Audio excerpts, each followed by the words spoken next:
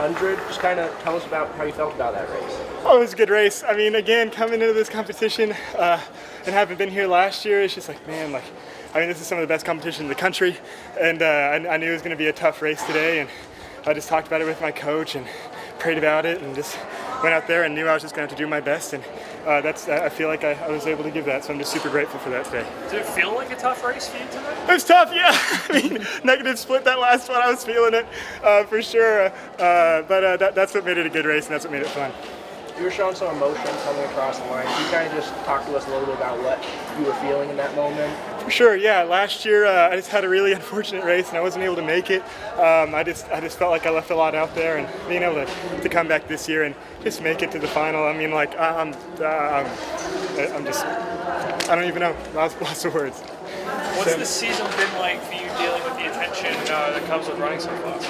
Yeah, it's been crazy, but I'm super grateful for it. I mean, the fact that people are investing time to talk or wanting to talk to me and just all that kind of stuff is really cool and something super special, and something I know doesn't happen all the time, and I'm just, that's been super special, and it's really fun to navigate. Can you tell us what's written on your arm now? For sure, I have Proverbs 16:9 and 2 Corinthians 12:9. Proverbs 16:9 is men may make plans, but God guides their steps. And 2 Corinthians 12 is for my grace is sufficient for you, for my power is made perfect in your weakness. And I know I'm going on and stepping on that line. I'm pretty scared. I've got nerves sometimes, and but I know that reading that verse, it's like, man, sometimes when I'm feeling low or I'm feeling weak, I know there's somebody up there that's got me and is my foundation, so I can lean on that. Seems like a big deal for you to have made the final. Like, is it going to be disappointing if you don't win it, given your status as the favorite? I'm grateful to be here, and at the end of the day, I know every single person that's stepping on that line wants it. So, man, however that goes on Friday, of course, I would love to win. I'd be lying if I told you I wouldn't. But I know races don't always go your way, and that's just life. But I'm just excited to get out there and do my best and see where that takes me. Kamar was also in that race with you too. So, what did it mean to have two Aggies? Awesome. I mean, getting to race with these guys all the way through, bringing Caden Norris to the NCAA meet as well. Last year, I was the only one in the 800 group that made it because of some unfortunate injuries throughout our group.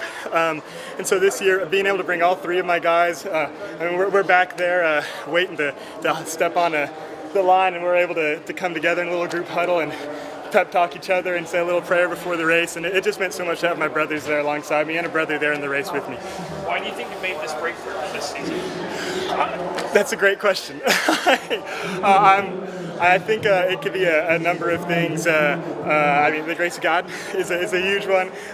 New training, the accumulation of knowledge and coaching from my past 2 years, combined with this year of training, I think it all it's kind of fell together. I finally had a healthy indoor season. I was able to run some indoor track, and I don't know, to be totally honest. It could be a number of things, but whatever it is, I'm just so happy for it. You said new training. What new training? Like, how's it different? We have a new coach this year, and I learned so much from Coach Mallard my first 2 years. Incredible race statistics, or race strategy, and like body positioning and form. And this year with Coach Ehring, being the Olympic champion in 1988, having some new perspectives on racing, and just getting to talk with him has been so awesome and so insightful, and has just reignited a love for this sport, and it's truly been special these past 3 years. Sam, obviously this has been your journey, and and I talked to you back during the indoor season about the impact of working with Coach Paul Ehring. Is he the type, does he talk to you about the journey that he went through, with Cerrone and career, or has he just stayed present on what makes Sam Whitmarsh so effective in the 800? Oh yeah, Coach does it all. He'll go and he'll tell me about Cerrone and all their training and where life took them, and he'll go back sometimes at practice, and we'll be warming up, and he'll be like, well, so back whenever I won the 800 in the Olympics and whatever, just start telling us the story about how it all went down and what he was thinking, and giving us the race play-by-play. That's been really fun, and he has a genuine love for the sport. I believe that's why he's back coaching, and so just to share that love with us, and so that's been really special this year, getting to know him as well. Did you know who he was before he was hired? I had no idea. I genuinely had no idea. I'm pretty new to the sport, I would say. I mean, I didn't start seriously running until probably my junior year of high school, and I realized that that probably was something there for me. Like I've said this a couple of times, but I really thought I was just going to play basketball my 4 years of high school, and so I was much more into that side of life.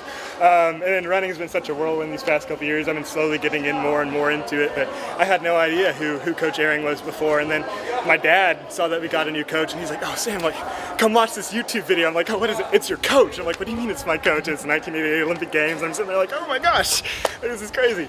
So yeah, I may not have known him a year ago, but man, I'm sure glad I know him now, and it's been an awesome year working with him. Yeah. Is he still coaching co-rear? Like, is Emmanuel co-rear over at your guys' practice or anything like that? No, not as of right now. I know there's some stuff that's potentially in the works. I can't really speak on any of that because I don't really know. But there's always been some things being thrown around about potentially bringing people back, but we've yet to see that. All right. Nice job. Congrats. Good luck Friday. Thank you.